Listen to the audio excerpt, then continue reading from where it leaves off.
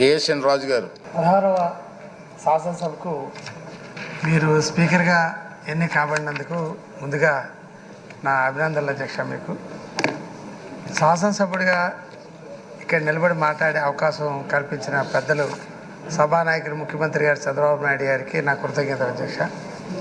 మన విశాఖపట్నం జిల్లాకి ఆంధ్రప్రదేశ్ ఉమ్మడి రాష్ట్రంలో కానీ ఇప్పుడు కానీ మొట్టమొదట శాసనసభ సభాపతిగా మీకు అవకాశం రావడం మా అందరికీ ఆనందదాయకం, గర్వకారణం. గతంలో ఎప్పుడు కూడా మన విశాఖపట్నం జిల్లా నుంచి ఎవ్వరూ కూడా శాసనసభ స్పీకర్గా పనిచేసిన అవకాశం రాలేదు అధ్యక్ష.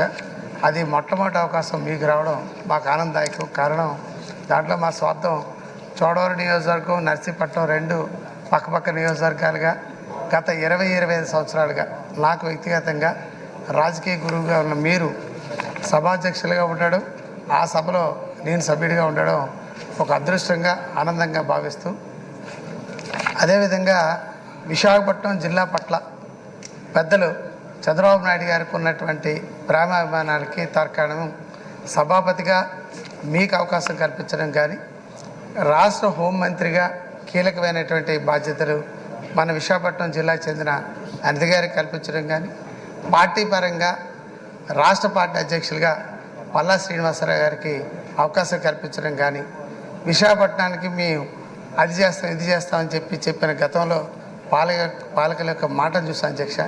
కానీ ఈరోజు చేతల్లో పెద్దలు చంద్రబాబు నాయుడు గారు సభాపతిగా, హోంమంత్రిగా, రాష్ట్ర పార్టీ అధ్యక్షులుగా అన్ని విధాల అవకాశాలు మన విశాఖపట్నం జిల్లాకు కల్పించినందుకు మన విశాఖపట్నం జిల్లా పెద్ద ప్రజానికి అందరి తరపున ముఖ్యమంత్రి గారికి నా కృతజ్ఞతలు తెలియజేసుకుంటూ, భవిష్యత్తు రోజుల్లో ఆయురారోగ్యైశ్వర్యాలతో మీరు సభాపతిగా మంచి పేరు తెచ్చుకొని మన జిల్లాకి వని తేవాలని, అదేవిధంగా పెద్దలు చంద్రబాబు నాయుడు గారు మాట్లాడుతున్నప్పుడు కూడా చెప్పారు అధ్యక్ష.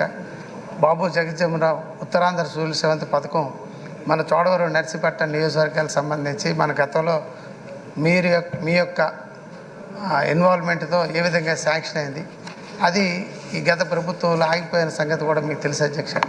అది కానీ మన నర్సీపట్నం, చోడవరం, సబ్బవరం రోడ్డు కానీ ఇలా అభివృద్ధి కార్యక్రమాలు అన్ని విషయాల్లో సభాపతిగా మీ యొక్క పాత్ర ముఖ్యంగా ఉండి మన ప్రాంత అభివృద్ధి చెందాలని, అదేవిధంగా మిమ్మల్ని అధ్యక్ష అని పిలిచే అవకాశాన్ని ఒక అదృష్టంగా భావిస్తూ భవిష్యత్తు రోజుల్లో అది కొనసాగాలని చెప్పేసి అని కోరుకుంటూ, ఆయురారోగ్యశాలతో మీరు సభలో మంచి పేరు తెచ్చుకోవాలని చెప్పేసి అని తెలియజేస్తూ అవకాశాన్ని నాకు కల్పించాను. మీకు సభానాయకులు చంద్రబాబు నాయుడు గారు నా అభినందనలు కృతజ్ఞతలు తెలియజేసి తీసుకుంటాను.